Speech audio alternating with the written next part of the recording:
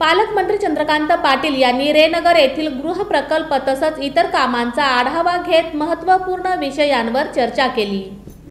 रेनगर इथं असंघटित क्षेत्रातील लाभार्थ्यांसाठी पंतप्रधान आवास योजनेअंतर्गत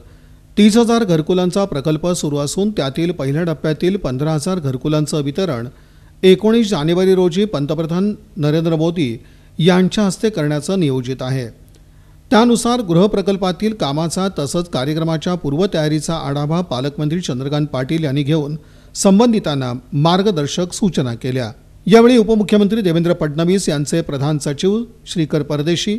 खासदार डॉक्टर जयसिद्धेश्वर शिवाचार्य महास्वामी, विभागीय आयुक्त सौरभ राव, जिल्हाधिकारी कुमार आशीर्वाद, मनपा आयुक्त शीतल तेली उगले, शहर पोलीस आयुक्त राजेंद्र माने, पोलीस अधीक्षक शिरीष सरदेशपांडे, मुख्य कार्यकारी अधिकारी मनीषा आव्हाळे,